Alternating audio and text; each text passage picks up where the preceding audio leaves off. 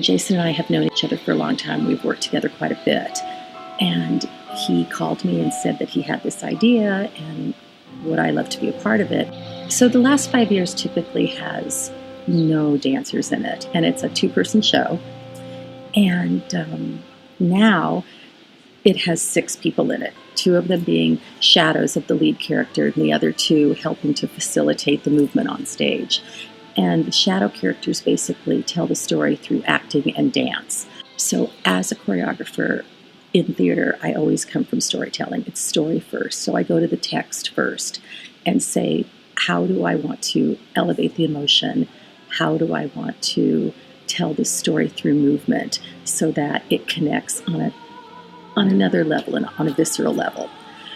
And then we go to the music and find how the music lends itself.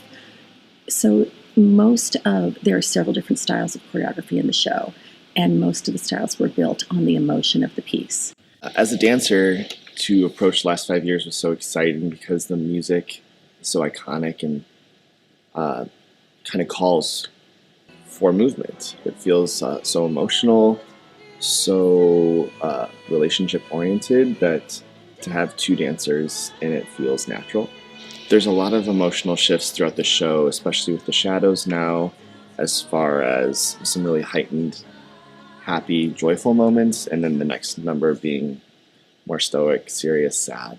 Approaching this show the last 5 years as a dancer has been a really special experience. I have been a fan of the show and the score for so many years, and obviously there's usually not dancing in it, so it's something that I never thought I would have the opportunity to be a part of. Strangely, I do not have any training as a mime.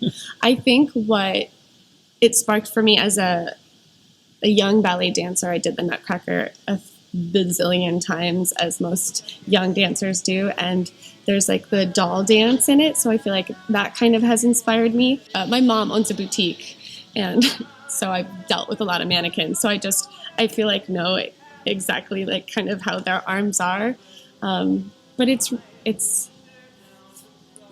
really fun in the show. I really like that part, actually. And when I'm still, it's like a challenge because we're used to being so fluid, and to just find the stillness and still being present in that.